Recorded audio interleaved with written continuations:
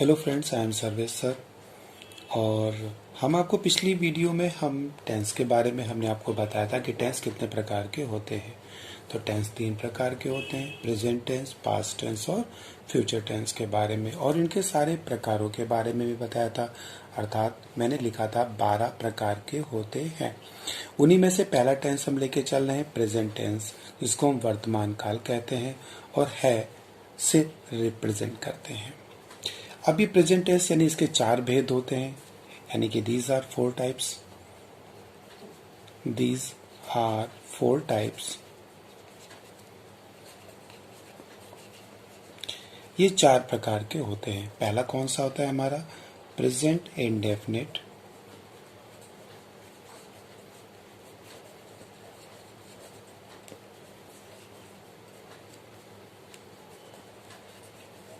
दूसरा हमारा होता है present continuous. Present continuous, continuous tense के बारे में। तीसरा हमारा होता है प्रेजेंट परफेक्ट के बारे में, प्रेजेंट परफेक्ट टेंस।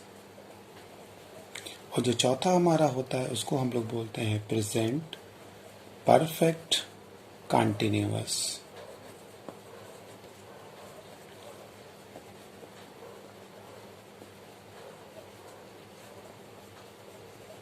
ये हमारे 4 प्रकार होते हैं। प्रेजेंट टेंस ये 4 प्रकार के होते हैं। पहला होता है प्रेजेंट इंडेफिनिट टेंस, दूसरा प्रेजेंट कॉन्टिन्यूअस टेंस और तीसरा प्रेजेंट परफेक्ट टेंस और चौथा प्रेजेंट परफेक्ट कॉन्टिन्यूअस टेंस। अब हम सबसे पहले इसी से पहला वाला रूल्स लेकर के चलते हैं। कौन सा होता है सबसे पहला? Present indefinite. इसको हम लोग दूसरा नाम इसको हम लोग क्या देते हैं? सिंपल प्रेजेंट के नाम से भी पुकारते हैं। अब इसकी पहचान क्या होती है? अब भाई टेंस तो सभी होते हैं, 12 मैंने बता दिए, लेकिन सबकी अपनी अलग अलग पहचान होती है। तो इस टेंस का प्रयोग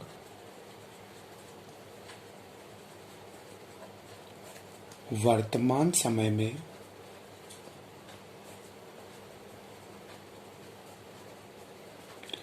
होने वाले कार्य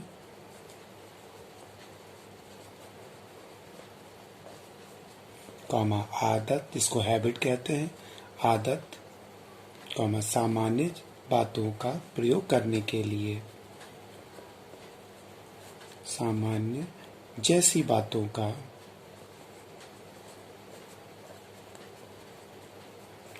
प्रयोग करने के लिए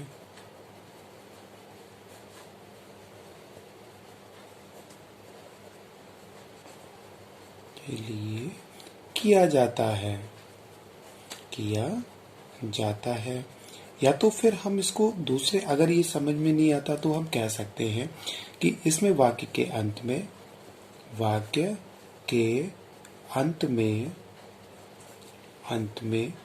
ता है, ती है, ते है, आता है।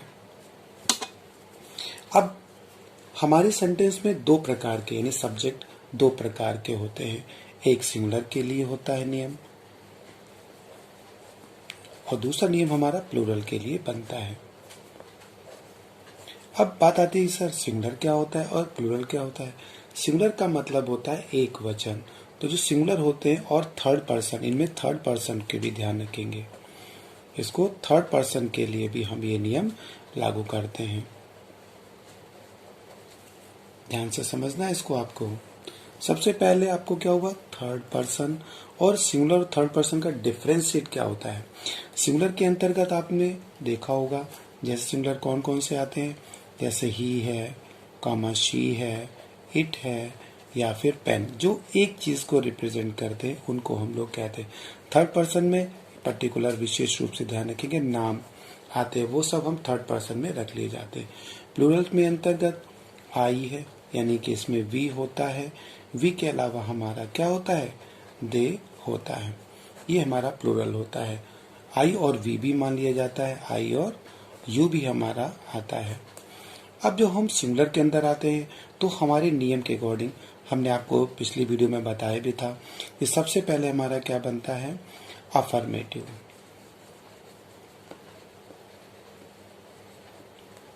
अफर्मेटिव को हम लोग हिंदी में क्या बोलते हैं, स्वीकारात्मक। स्वीकारात्मक वाक्य, अगर हम बात करते हैं स्वीकारात्मक वाक्य होता है, इसमें भी यही होता है, अफर्मेटिव होता है। दूसरा जो हम बात करने वाले हैं उसमें हमारा होता है नकारात्मक, निगेटिव। अगला आता है नकारात्मक यानी निगेटिव, जिसे बोलते हैं नकारात्मक वाक्य, जिसमें हम सबटेंस में नॉट का प्रयोग करते हैं। उसके बाद में हमारा तीसरा आता है प्रश्नवाचक यानी इंट्रोगेटिव।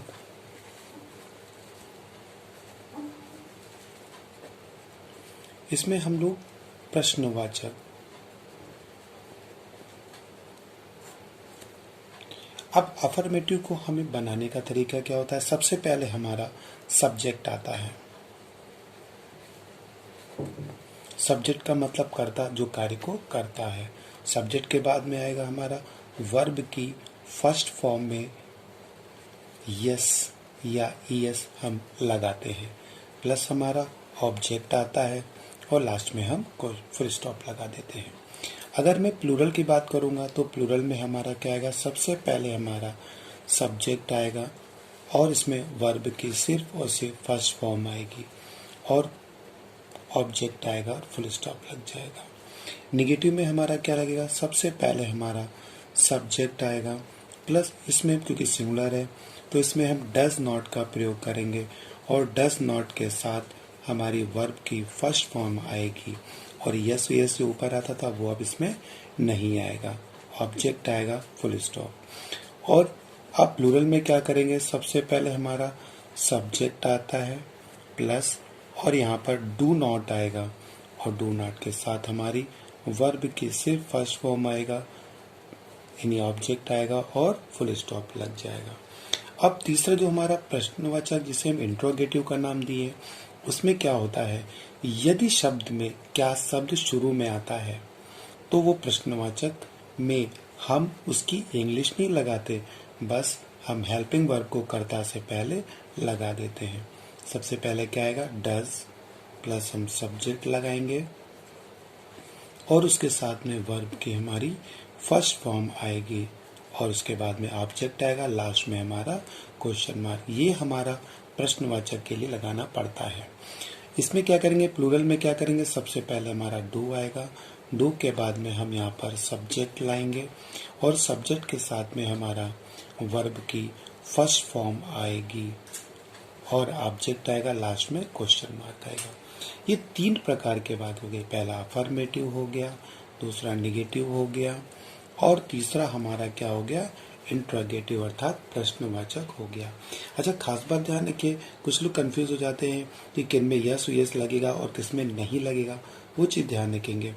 जिन वाक्यों में, बहुत खास चीज़ में बता रहा हूँ, जिन वर्ब के अंत में एस एच आए या फिर ई एच आए या ओ आए, एस एस आए या एक्स आए या जेड जेड अगर होता है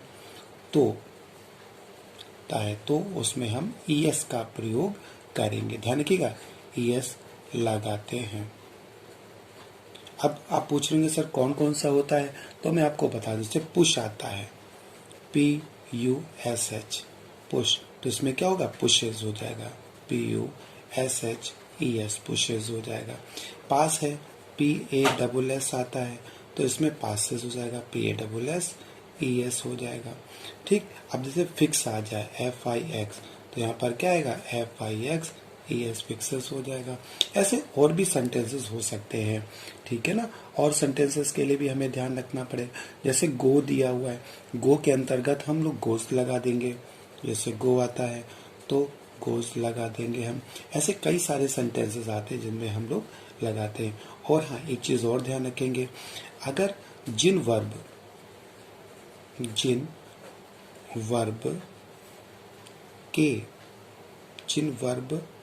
मतलब स्टार्टिंग की बात कर रहा हूं मैं, जिन वर्ब के अंत में वाई हो, वाई के पूर्व यानी पहले, वाई के पहले कॉन्सोनेंट हो, CONSON, कॉन्सोनेंट अगर आता है तो ठीक है ना। कॉन्सोनेंट यानी कि इसको हम लोग हिंदी में व्यंजन कहते हैं। तो क्या करते हैं, तो वाई को हटाकर हम IES का प्रयोग करते हैं, ठीक है।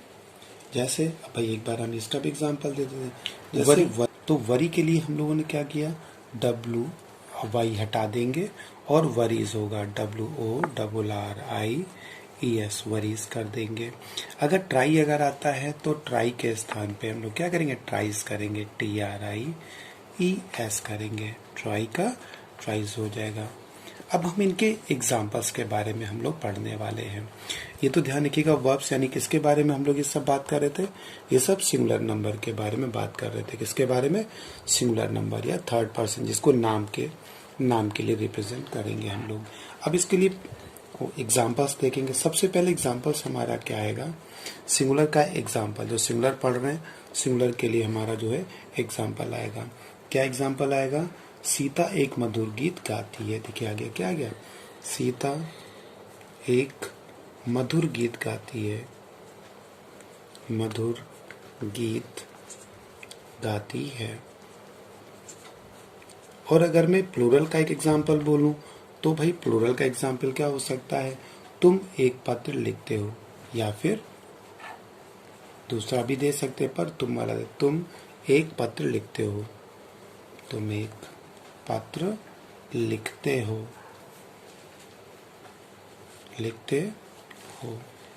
अब क्या करेंगे इसमें, सीता ये सब्जेक्ट हो गया हमारा, तो क्या हो जाएगा, नाम लिखेंगे सीता।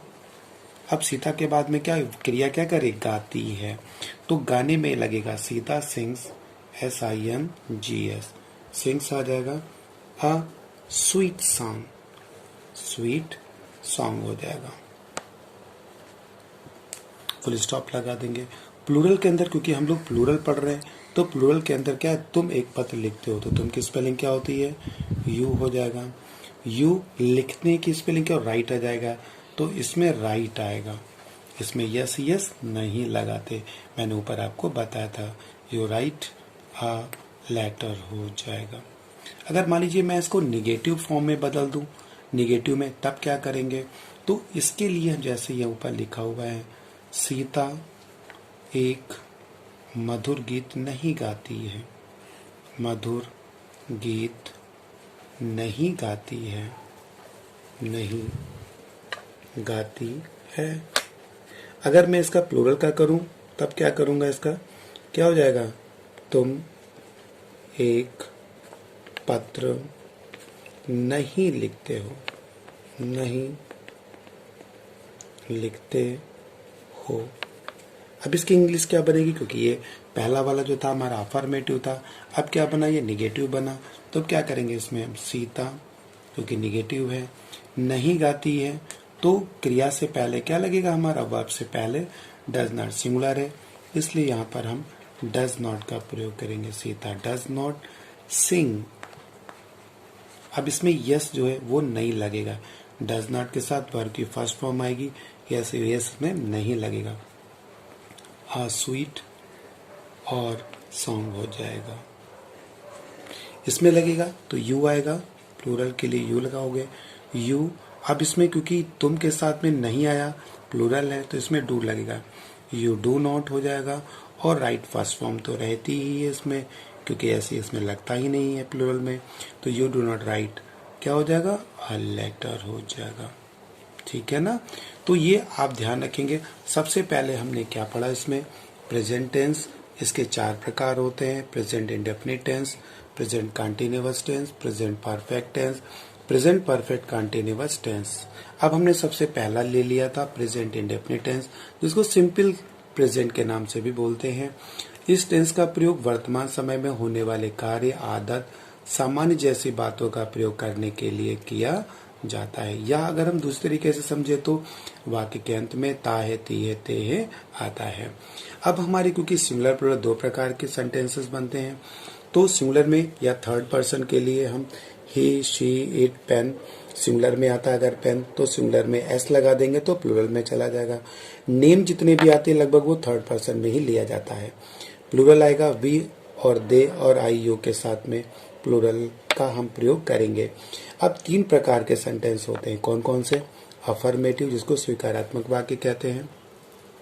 इसमें स्वीकारात्मक वाक्य, इसमें क्या बनेगा? सब्जेक्ट प्लस वर्ब की फर्स्ट फॉर्म, वर्ब का मतलब क्रिया की फर्स्ट फॉर्म में यस और यस लगाएंगे, ऑब्जेक्ट आएगा, फुल स्टॉप। निगेटिव में क्या करेंगे? इसको नकारात्मक वाक्य कहते हैं। इसमें सबसे पहले सब्जेक्ट आएगा, उसके बाद में डज, नॉट आएगा, प्लस वर्ब की फर्स्ट फॉर्म प्लस ऑब्जेक्ट और फुल स्टॉप। ध्यान रखिएगा डज नॉट के साथ वर्ब की फर्स्ट फॉर्म आएगी, पर इसमें यस और यस नहीं लगेगा। इंट्रोगेटिव, जिसको प्रश्नवाचक कहते हैं, इसमें प्रश्न होता है। बस ध्यान रखेंगे यदि क्या शब्द शुरुआत में आता है सेंटेंस में तो उसकी इंग्लिश हम नहीं लगाते, बट की सहायक क्रिया को कर्ता से पहले लगा देंगे। डज आएगा, सब्जेक्ट आएगा, वर्ब की फर्स्ट फॉर्म प्लस अन्य बातें और क्वेश्चन मार्क लगेगा। सेम ऐसा ही प्लूरल में करेंगे, लेकिन थोड़ा सा परिवर्तन होगा। सब्जेक्ट होगा प्लस वर्ब की फर्स्ट फॉर्म, इसमें यस यस लगता है परंतु इसमें यस और यस नहीं लगेगा। ऑब्जेक्ट आएगा, फुल स्टॉप।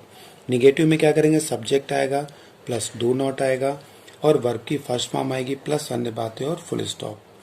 अगर इंट्रोगेटिव होगा तो फिर बात वही आती है, अगर क्या शब्द शुरुआत में आता तो उसकी इंग्लिश नहीं लगाते, बल्कि हम सहायक क्रिया को कर्ता से पहले लगा देंगे। डू प्लस सब्जेक्ट आएगा, वर्ब की थर्ड फॉर्म प्लस अन्य बातें क्वेश्चन मार्क। अच्छा, बात यह आती है कि सर एस एस लगेगा किसके साथ में? तो मैंने कहा जिन वाक्य के अंत में एस एच, सी एच, ओ, एस एस, एक्स या जेड होता है तो ई एस लगाते हैं। जैसे मैंने कुछ एग्जांपल ले लिया, पुश का दे दिया, पास का, फिक्स का, गो का दे दिया। और एक चीज और ध्यान रखें, जिन वाक्य के अंत में वाई हो या वाई के पहले कॉन्सोनेंट व्यंजन हो तो वाई को हटाकर आई ई एस का प्रयोग करते हैं। मैंने दो सेंटेंस मैंने तुमको दिया, वरी, वरीज आ गया, वाई हटाया, आई एस आ गया, ट्राई, वाई हटाया, आई ई एस आ गया। अब मैंने सबसे पहले सिंगुलर का और प्लस दोनों के एग्जाम्पल के माध्यम से एक एग्जाम्पल दिया है, जिसका मैंने अफर्मेटिव दिया और निगेटिव दिया।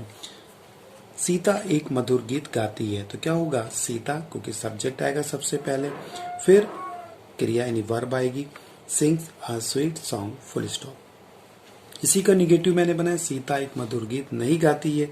अब नहीं आ गया तो इसमें क्या होगा? डज लगाएंगे, Sita does not sing a sweet song, full stop. Plural में क्या करेंगे?